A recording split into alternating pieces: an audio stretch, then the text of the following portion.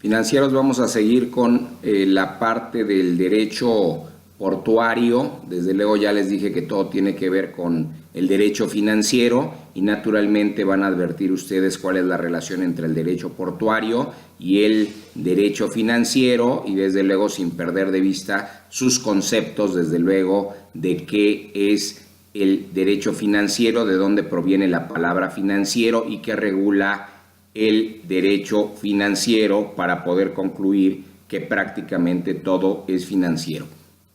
Algo que les pido que no olviden, sobre todo los que se dedican a estos temas respecto del derecho portuario, pues es algo que se usa en la jerga, y es que lo que llega por barco siempre saldrá por ferrocarril o viceversa. A ver, ¿cómo quedó? Lo que llega por barco sale por ferrocarril o viceversa. No hay duda de eso, ¿verdad? Desde luego, atendiendo al dinamismo del derecho, atendiendo al dinamismo social, pues pueden acomodarlo como ustedes quieran. Pues hoy, ¿verdad? Lo que llega por avión, lo que llega por camión o lo que llega al puerto, en ese caso, pues bueno, con eso podrán de alguna manera entender que respecto de las diversas instalaciones que se requieren para que un puerto pues llegue a buen puerto, ¿verdad? Valga la redundancia en ese sentido.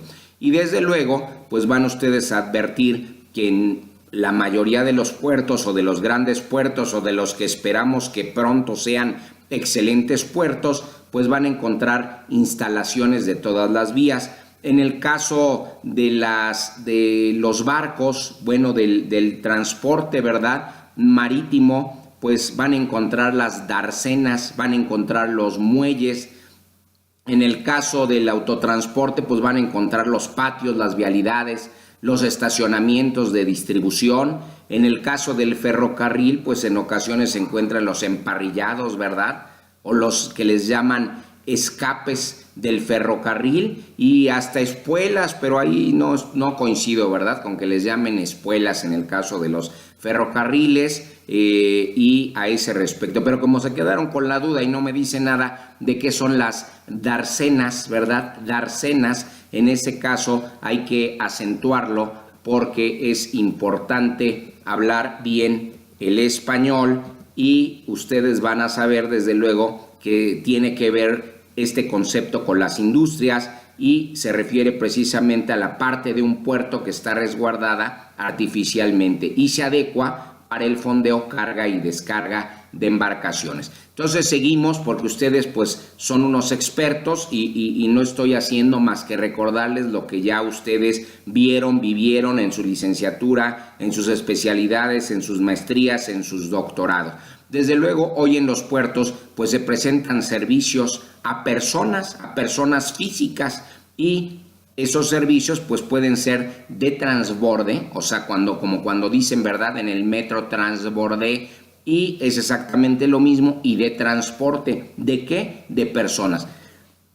¿Cuáles son las diferencias necesarias que ustedes deben de recordar respecto de entre lo que ustedes conocen como lo que es un puerto y lo que es un recinto portuario? Nada más grábense que no es lo mismo, y vamos a ver rápidamente esto. En el caso del recinto portuario, ¿qué va a comprender?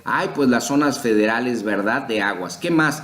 Pues los terrenos del dominio público de la federación. ¿Cómo cuáles? Pues donde van a poner las instalaciones y donde se van a prestar los servicios portuarios. ¿Pero de quién son? Ya dijimos, del dominio público, en este caso, ¿verdad?, de la federación. Entonces ahí hay que saber un poquito de derecho patrimonial. Si es Peña, que me llame después, y no lo podemos atender. Y a ese respecto, bueno, el caso de los puertos además comprende, y ahí van a ver la diferencia, ¿verdad?, entre precisamente el recinto portuario y el puerto. Pues va a comprender un poco más el puerto, porque va a comprender también las zonas de uso común, los canales de aguas, va a comprender los libramientos de tierra, y todo lo anterior, pues ustedes saben que es necesario o necesarísimo, ¿verdad?, si se pudiese hacer esa expresión, pues es la forma en cómo van a tener acceso al recinto, ¿verdad? Si no, no pueden llegar al recinto. Entonces prácticamente podríamos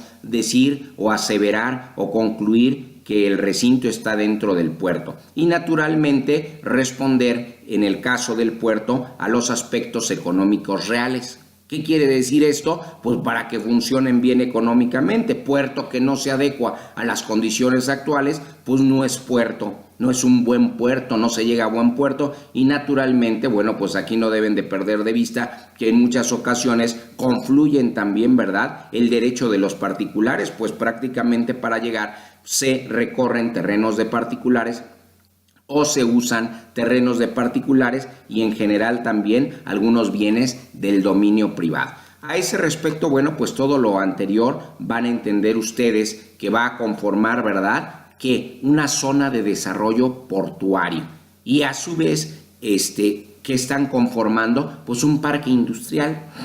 ¡Uy, caray!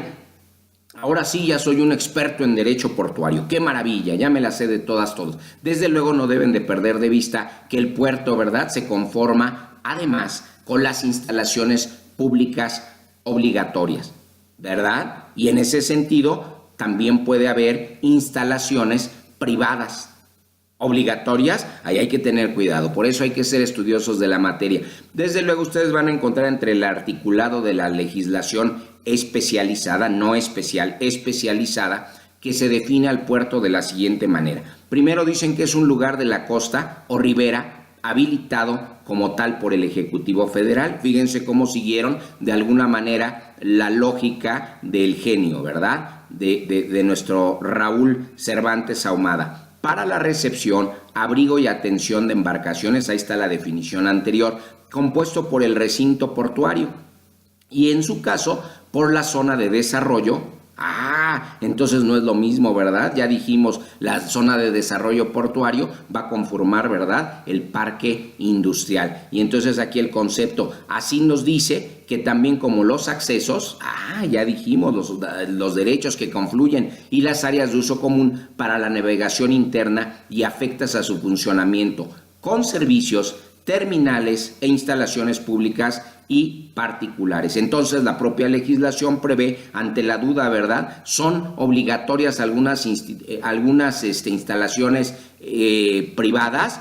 Pues bueno, si se exigen y el gobierno en ese sentido no ve o no advierte el interés, pues claro que se resulta la convocatoria, ¿verdad?, la solicitud y la participación de los privados en ese sentido para el buen desarrollo de los puertos. Y ahí es donde es muy importante que los grandes asesores, que los expertos de derecho, que los que manejan el tema participen, ¿verdad?, con todas estas sociedades, con todos estos inversionistas en el caso y atendiendo a la regulación especializada, que sobre todo traen capitales extranjeros para participar en este tipo de actividades portuarias. Y a ese respecto, bueno, pues no nada más van a participar el interés público, el orden público, no nada más va a ser de ese interés, sino también los particulares. Y allí es donde entran tanto los constituidos legalmente conforme a la legislación mexicana, como algunos inversionistas extranjeros. Todo esto para la transferencia ¿de qué? De bienes y el transbordo de personas, ¿verdad? Y naturalmente entre los modos del transporte que enlaza. Así que vámonos rápidamente con los antecedentes del marco jurídico, que siempre, pues, para algunos son importantes, para otros les da flojeritis, aguditis, pero que no les dé flojera. Teníamos como antecedente, ¿verdad?, una legislación en materia de navegación y comercio marítimo. Todavía la tenemos, luego dicen los sabios. Las leyes en vías generales de comunicación, ¿qué pasó? ¿Por qué antecedente? Bueno, estamos diciendo dónde se regulaba antes, ¿verdad? Y desde luego, bueno, pues los que sí han estudiado estos temas van a advertir que prácticamente más de 6,500 normas jurídicas, hay quien les dice disposiciones, a ese sentido, entre desde luego las leyes, los reglamentos, los decretos, los acuerdos, los planes, los programas y las circulares llegaron a existir. Hoy en día, bueno, pues la hipótesis, ¿verdad?, que se sostuvo para el desarrollo de la legislación vigente es que prácticamente parte de una premisa obviamente verdadera, ¿verdad? Y es que los puertos son servicios. Grábenselo así. ¿Qué son los puertos? Son servicios. Y hasta ahí van a resolver muchas de sus dudas, sobre todo los que no son expertos. Los que son expertos van a decir, ¿de qué está hablando? Pero así lo podemos resumir. Y en ese sentido, bueno, pues la autoridad gubernamental en general tiene prácticamente las siguientes facultades. Vámonos rápido. Primero, pues va a formular, ¿verdad?, las políticas portuarias. ¿Qué más va a hacer? Pues si yo estoy generando las políticas portuarias, pues lo menos que puedo hacer es supervisar, ¿verdad?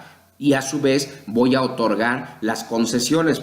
Se van a dar cuenta de que no nada más hay concesiones, que en su mayoría para los servicios y dependiendo del fin, pues van a encontrar que también hay permisos. Y desde luego, pues fija o registra, dicen algunos, las reglas de operaciones. A ese respecto, naturalmente, pues seguimos con nuestro video. Les doy las gracias. Vamos a tener un tercer video y no vamos a seguir más porque desde luego, bueno, pues eso ya lo podremos hacer en su momento en forma directa. Y me pongo a sus órdenes. Alex Paz está para servirles. Piggy Lawyer se pone a sus órdenes y no pierdan de vista la importancia del derecho portuario en México y lo necesario que es la participación de los particulares para el desarrollo del comercio, del desarrollo económico de nuestra nación. Hasta luego. Buena tarde.